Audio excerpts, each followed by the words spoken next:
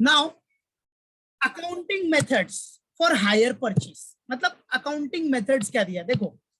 अभी क्या बोलता बेटा, if a vendor only sometimes enter into hire purchase transaction, अगर कोई vendor some time enter into hire purchase transaction by way of what, special deal, by way of what, yes by way of special deal involving a substantial amount, और उसमें क्या है बेटा, substantial amount. Substantial amount मतलब अच्छा खासा amount. Normally किसके लिए होता है ये सब, फिक्स एसेट परचेस करते टाइम पे, क्योंकि उसका अमाउंट एक सब्सटेंशियल अमाउंट होता है। So he or she will follow the sales method to record his hire purchase transaction. तो वो क्या करता है बेटा, he will follow what, sales method। कौन सा मेथड फॉलो करेगा, कौन सा accounting method, sales method to record his hire purchase transaction, याद रखना।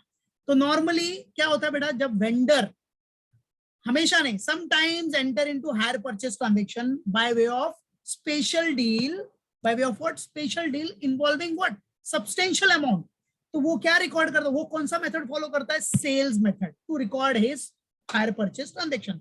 अब आजकल तो काफी सारे वेंडर ना जो हायर परचेस पे अपने गुड्स को बेचते हैं, जैसे कोई मशीन में डील कर रहा है, कोई कार में डील कर रहा है, तो उनको पता है कि भाई पब्लिक अगर खरीद रही है, उनके पास डायरेक्ट एक साथ पैसा देने को नहीं है, तो वो इंस्टॉलमेंट में खरीदेंगे, तो वेंडर उनको इंस्टॉलमेंट में बेचते हैं बेटा, समझे कि नहीं, उनको हायर परचेज में बेचते हैं। भाई कार है, चलो हायर परचेज में ले लिया, मशीन है हायर परचेज में आपने बेच दिया, वो परचेजर ने खरीद लिया, राइट। सो उसका अकाउंटिंग भी तो करना पड़ेगा वेंडर को, राइट। सो हायर परचेज में जब अकाउंटिंग करेगा, सारा ट्रांजेक्शन रिकॉर्ड करेगा, मालूम पड़ा हायर परचेज सिस्टम में जो भी ट्रांजेक्शन हुआ है उसका, तो उसके लिए वो सेल्स मेथड फॉलो करता है। क्या फॉलो करता है बेटा, सेल्स मेथड। अब वेंडर ने जो भी असेट बेचा होगा, मतलब वेंडर ने जो भी गुड्स बेचा है, लाइक मशीन हो गया, व्हीकल्स हो गया, तो अभी वेंडर तो उसका डीलर है ना बेटा, तो वेंडर के लिए वो मशीन, वो व्हीकल्स क्या है, वेंडर के लिए गुड्स है। बट असेट किसके लिए होगा, जो परचेजर है, जो परचेज कर रहा है, जो खरीद रहा है, जो हायरर है, हायरर मतलब जो हायर परचेजर है, उसके लिए वो असेट है, उस बंदे के लिए क्या है, वो असेट, मालूम पड़ा कि नहीं। बट वेंडर के लिए क्या हुआ, मशीन, व्हीकल्स, क्योंकि वेंडर तो उसमें डील कर रहा है ना, उसके लिए क्या है वो, यस वेंडर के लिए गुड्स है, मालूम पड़ा। तो अगर वो हायर परचेस सिस्टम में डील कर रहा है, तो उसके लिए वो सेल्स मेथड फॉलो करता है बेटा। तो सेल्स मेथड, तो देखो इधर सेल्स मेथड में भी आपका बाइफर्केशन क्या है बेटा, 3 बाइफर्केशन है, देखो क्लासिफाई किया है सेल्स मेथड में। Full cash price method, full cash price, second है actual cash price method, what बेटा, second one is what, actual cash price method, जिसको आप क्या बोलते हो, असेट अक्रूवल मेथड भी बोलते हो, ठीक है। सो सेल्स मेथड में पहला है full cash price method, second one आपका क्या क्लासिफाई किया है, actual cash price method, which is also known as what, asset accrual method, ठीक है। और थर्ड वन है interest suspense method, right.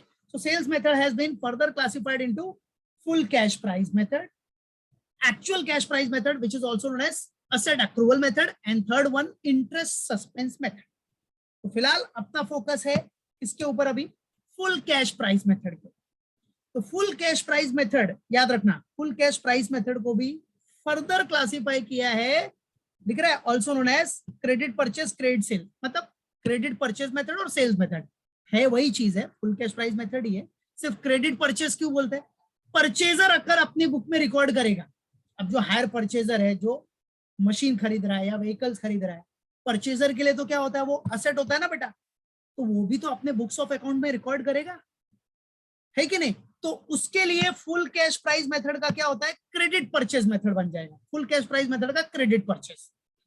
But जो डीलर है, जो सेल कर रहा है, बराबर है, मालूम पड़ा, जो वेंडर है उसके लिए तो भाई सेल्स मेथड ही होगा ना, वेंडर के लिए क्या रहेगा, वो सेल्स, क्रेडिट सेल मेथड या सेल्स मेथड बोल सकते हो आप, बराबर है, क्योंकि फाइनली उसने तो हायर परचेस सिस्टम पे बेचा, मतलब वो पैसा बाद में लेने वाला है, बराबर है। अब हायर परचेस सिस्टम में होता क्या है, 10 लाख का मशीनरी है, तो क्या किया सामने वाले ने, 1 लाख रुपया पे किया, वो डाउन पेमेंट हो गया, बाकी बचा 9 लाख रुपीस, वो क्या करेगा, इंस्टॉलमेंट में भरेगा। बट वो 9 लाख में क्या चार्ज होगा, इंटरेस्ट भी चार्ज हो जाएगा, बराबर है। तो 9 लाख में इंटरेस्ट चार्ज होगा, उसके बाद उसका इंस्टॉलमेंट बनेगा, ठीक है। तो उसके लिए कौन सा मेथड हो जाएगा, जो वेंडर है उसके पॉइंट ऑफ व्यू से सेल्स मेथड हो जाएगा, बस है वही फुल कैश प्राइस मेथड, सिर्फ परचेजर के हिसाब से, हायरर के हिसाब से क्रेडिट परचेज, और जो वेंडर है उसके पॉइंट ऑफ व्यू से सेल्स मेथड, दैट्स इट। और कॉमन फंडा जो हायरर होगा, हायरर के लिए भाई जो भी वो मशीन, व्हीकल्स या जो भी है परचेस कर रहा है, जो भी फिक्स एसेट परचेस करेगा, जो भी एसेट परचेस कर रहा है या गुड्स परचेस कर रहा है, कौन? हायरर। अभी हायरर ने सामान परचेस किया, आर्टिकल परचेस किया, अब समझो हायरर क्या करेगा, उसको यूज करेगा। हायरर क्या कर रहा है, उसको यूज कर रहा है, मशीनरी खरीद रहा है वो यूज कर रहा है, व्हीकल खरीदेगा तो क्या करेगा, वो यूज करेगा। तो यूज करेगा तो उसके लिए क्या है, वो असेट है, प्रॉपर्टी है, असेट है बेटा।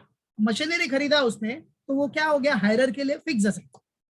व्हीकल खरीदा फिक्स असेट, ट्रक्स खरीदा है वही फिक्स असेट है, मालूम पड़ा कि नहीं? वो बिजनेस में यूज करेगा हायरर भी, अपने बिजनेस में या फिर जो भी पर्पस के लिए परचेस किया उसने।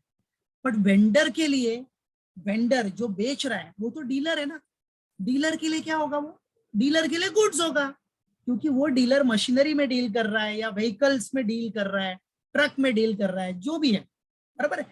डीलर अगर मशीनरी में डील कर रहा है या फिर व्हीकल्स में डील कर रहा है, जो भी फिक्स एसेट्स है, जो आप फिक्स एसेट बोलते हो कि अरे ये तो मशीनरी है, ये व्हीकल्स है, ये ट्रक्स है, बट वो डीलर के लिए थोड़ी है फिक्स एसेट्स। डीलर तो उसमें डीलिंग कर रहा है ना बेटा, उसके लिए क्या होता है, वो गुड्स, वो मशीन, वो फिक्स एसेट्स जो आप बोलते हो फिक्स एसेट, वो ट्रक्स, उसके लिए क्या होता है, डीलर के लिए गुड्स होता है। याद रखना, हमेशा याद रखो। कोई भी वेंडर अगर मशीन में डील कर रहा है, ट्रक में डील कर रहा है, फर्नीचर में डील कर रहा है, जो भी है, फर्नीचर तो ठीक है वो अलग चीज है, मशीनरी में डील कर रहा है आपका, ठीक है, ट्रक्स में डील कर रहा है, जो भी व्हीकल्स में डील कर रहा है, तो वो क्या है उसके लिए, वो डीलर है ना। डीलर के लिए क्या होता है, ये सब गुड्स होता है, मालूम पड़ा? तो ऐसा नहीं मशीनरी नाम सुना, मशीनरी आ गया, ट्रक्स आ गया तो फिक्स एसेट ही भाई। वो फिक्स एसेट किसके लिए होगा, जो यूज करेगा, वो किसके लिए होगा, फिक्स एसेट हायरर के लिए। बट जो डीलर है, डीलर, वेंडर, वेंडर तो उसको खरीद बेच रहा है ना बेटा, बराबर है। डीलर क्या कर रहा है, उसमें डील कर रहा है, तो डीलर के लिए वो मशीनरी, वो व्हीकल्स, उसके लिए क्या होता है, वो आर्टिकल्स क्या होते हैं, वो सारे गुड्स होते हैं, याद रखना, बराबर है। तो वही नॉर्मल अकाउंटिंग ट्रीटमेंट है, अकाउंटिंग मेथड्स है। Full cash price method follow होगा, फिलहाल अपने को देखना है full cash price method. Purchaser के हिसाब से, हायरर के हिसाब से क्या हो जाएगा, क्रेडिट परचेज, और जो वेंडर है उसके हिसाब से सेल्स। परचेजर के लिए मशीन खरीदा, व्हीकल खरीदा, वो सब उसके लिए क्या हो गया, असेट। लेकिन जो डीलर है, जो डील कर रहा है मशीन में, व्हीकल्स में, ट्रक्स में, उसके लिए वो गुड्स है, उसके लिए क्या है, वो गुड्स, सिंपल, राइट, याद रखना। फिर आपको है ना इसमें कैलकुलेशन ऑफ इंटरेस्ट टेबल आएगा बेटा। अब calculation of interest table, table ऐसे बनाना, देखो इंटरेस्ट टेबल, ये आपका इंटरेस्ट टेबल है, ठीक है। तो ये प्रैक्टिकल करेंगे तो उसको अच्छे से समझाऊंगा मैं, प्रैक्टिकल के बेसिस पे आपको मालूम पड़ेगा। चल, तो फिलहाल इसमें क्या दिया है थियरी में, कैलकुलेशन ऑफ इंटरेस्ट में। देखो अगर क्वेश्चन में रेट ऑफ इंटरेस्ट गिवन है, क्वेश्चन में प्रैक्टिकल प्रॉब्लम्स में आपको अगर रेट ऑफ इंटरेस्ट गिवन है, तो क्या करना है, आपका स्टार्टिंग पॉइंट क्या हो जाएगा टेबल में, ओपनिंग कैश प्राइस। तो देखो इधर रेट ऑफ इंटरेस्ट गिवन है, तो स्टार्टिंग पॉइंट क्या हो गया हमारा, ओपनिंग कैश प्राइस, और एंडिंग किससे होगा, क्लोजिंग कैश प्राइस, बस। बाकी नॉर्मल फॉर्मेट है, DP, installment, interest, cash price paid. तो ये सब समझने के लिए हम लोग प्रैक्टिकल करेंगे कल, तो इसको पूरा बताऊंगा मैं, डोंट वरी, ठीक है। फिर if rate of interest is not given, अगर समझो रेट ऑफ इंटरेस्ट नहीं दिया है क्वेश्चन में, rate of interest is not given, तो नॉट गिवन है, अगर रेट ऑफ इंटरेस्ट नहीं दिया है, तो स्टार्टिंग पॉइंट क्या होगा, opening higher price. Opening cash price क्या है, हायर प्राइस क्या है, सब बताया मैंने लास्ट लेक्चर में, बराबर है। कैश प्राइस मतलब उस मशीन का जो कॉस्ट होता है, अगर आप तुरंत पेमेंट करोगे तो कितना पैसा देना पड़ेगा। जैसे मशीन का कॉस्ट है 10 लाख रुपए, मतलब उस मशीन को खरीदने के लिए आपको 10 लाख रुपया देना पड़ेगा जब आप उसको तुरंत पेमेंट करोगे, तो that is what cash price. लेकिन आप लेट पेमेंट करोगे तो आपको इंटरेस्ट लग जाएगा, तो समझो इंटरेस्ट सब मिला के हो गया 2 लाख रुपीज, तो 10 + 2 कितना देना पड़ा आपको, 12 लाख। तो वो 12 लाख आपका हायर प्राइस होगा, क्योंकि लेट पेमेंट कर रहे हो ना, इंस्टॉलमेंट पे अगर खरीदोगे तो पैसा ज्यादा देना पड़ता है ना, ठीक है। सो दैट इज व्हाट, पूरा टोटल जो भी रहेगा उसका प्राइस इंटरेस्ट के साथ वो हायर प्राइस हो जाएगा। तो अगर इंटरेस्ट रेट नहीं दिया आपको, रेट ऑफ इंटरेस्ट पता नहीं है क्वेश्चन में, रेट ऑफ इंटरेस्ट नहीं दिया है, तो आपको कैसे करना है, कैलकुलेशन ऑफ इंटरेस्ट कैसे निकालना पड़ेगा, फिर रेट ऑफ इंटरेस्ट नहीं दिया है तो स्टार्टिंग पॉइंट क्या हो जाएगा टेबल में, ओपनिंग हायर प्राइस, और एंडिंग हो जाएगा क्लोजिंग। मतलब अगर इधर ही रेट ऑफ इंटरेस्ट नहीं दिया रहता तो इधर स्टार्टिंग पॉइंट होता ओपनिंग हायर प्राइस और एंडिंग होता क्लोजिंग हायर प्राइस। बाकी क्या डिफरेंस होता वो जब क्वेश्चन देखेंगे उससे रिलेटेड तो बताऊंगा मैं, डोंट वरी। फिलहाल अभी सिर्फ ये याद रखो, when rate of interest is given, तो आपका जो इंटरेस्ट टेबल बनेगा उसमें starting point opening cash price और एंडिंग हो जाएगा क्लोजिंग कैश प्राइस, सिंपल। और अगर rate of interest is not given, तो at that time starting point is opening higher price, right, और क्लोजिंग हो जाएगा क्लोजिंग हायर प्राइस। सिंपल सा बंदा ना, starting point opening higher price, तो एंडिंग किससे होगा, क्लोजिंग हायर प्राइस, फिनिश, बराबर। तो यही है आपका इंटरेस्ट टेबल, जो कि हम समझेंगे विथ प्रैक्टिकल के साथ। तो इंटरेस्ट टेबल में देखो, जैसे इधर दिया है rate of interest is given, तो रेट ऑफ इंटरेस्ट गिवन है, तो कैसे बनाना है इंटरेस्ट टेबल, नंबर, पर्टिकुलर्स, पहला कॉलम डाउन पेमेंट, मतलब जब आप एग्रीमेंट में एंटर हो रहे हो वो पहला कॉलम हो जाएगा, डाउन पेमेंट जिस दिन दे रहे हो। फिर उसके बाद समझो इस क्वेश्चन में, यहाँ मतलब हमने समझा, एज्यूम किया कि ये क्वेश्चन में 3 इंस्टॉलमेंट्स है, बराबर है, जो 3 साल में आप पूरा करोगे, दैट्स इट। तो 3 कॉलम्स, 4 इंस्टॉलमेंट रहेगा तो 4 कॉलम, 5 रहेगा तो 5 कॉलम, दैट्स इट, ठीक है। तो ओपनिंग कैश प्राइस रहेगा, फिर डीपी या इंस्टॉलमेंट, पहला तो डाउन पेमेंट देगा, उसके बाद इंस्टॉलमेंट भरेगा, फिर इंटरेस्ट, भाई अगर लेट पेमेंट करोगे तो इंटरेस्ट भी तो चार्ज होगा, इंस्टॉलमेंट में खरीदोगे तो आपको इंटरेस्ट चार्ज होगा, तो इंटरेस्ट का इधर अमाउंट आ जाएगा, इंटरेस्ट अमाउंट। फोर्थ रहेगा आपका कैश प्राइस पेड, मतलब आप हर साल कितना कैश प्राइस पे कर रहे हो, कैश प्राइस कितना पे, सिर्फ कैश प्राइस, ठीक है। तो स्टार्टिंग में आप कैश प्राइस कितना पे करोगे, वो तो डाउन पेमेंट के ऊपर डिपेंड करता है। जैसे 10 लाख का मशीन है, स्टार्टिंग में आपने डाउन पेमेंट कितना दिया, 1 लाख, तो वो जो 1 लाख पे किया वो कैश प्राइस ही हो गया ना, वो कैश प्राइस आपने पेड किया, लेकिन पूरा कैश प्राइस थोड़ी पे किया, पार्ट। पूरा कैश प्राइस 10 लाख है, 10 लाख पूरा पे किया गया, पूरा पे करते तो हायर परचेज आता ही नहीं ना यार। जब इमीडिएटली पेमेंट कर देते 10 लाख का मशीन, पूरा 10 लाख पे कर देते आप तुरंत, तो हायर परचेज का सिस्टम ही नहीं आता फिर, बराबर है कि नहीं।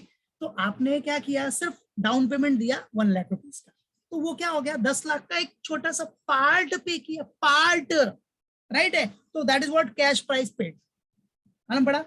फिर निकालते कैसे, फिर closing cash price, closing cash price कैसे निकालोगे, ओपनिंग कैश प्राइस में से कितना पार्ट कैश प्राइस पेड किया है वो माइनस करोगे तो क्लोजिंग कैश प्राइस आ जाएगा, सिंपल, ठीक है।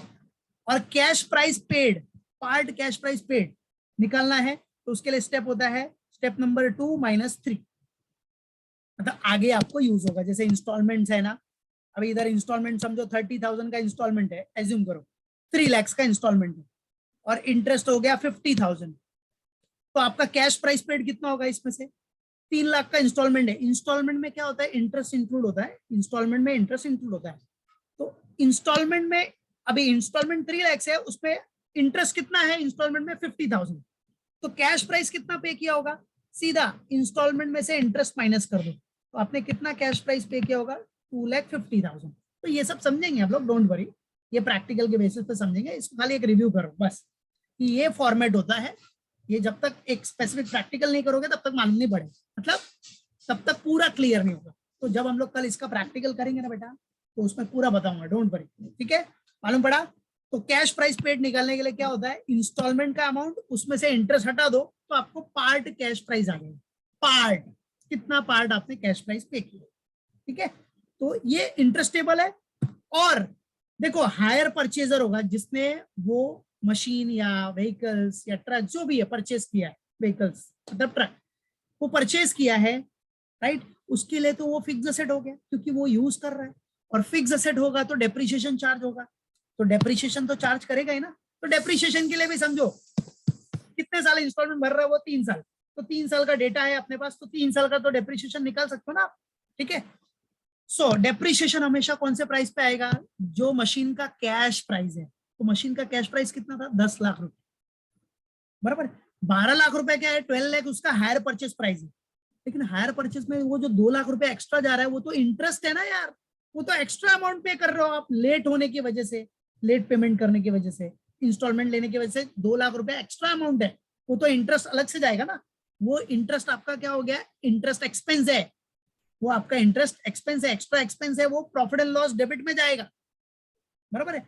एक्चुअली उस मशीन का जो कैश प्राइस है वो है 10 लाख रुपए, अब आप 12 लाख पे कर रहे हो, तो आप इंस्टॉलमेंट पे ले रहे हो इसलिए पे कर रहे हो ना, डीले पेमेंट कर रहे हो, तो वो जो 2 लाख रुपया इंटरेस्ट पे करो वो तो एक्स्ट्रा अमाउंट है यार, उसके ऊपर थोड़ी डेप्रिशिएशन चार्ज होगा।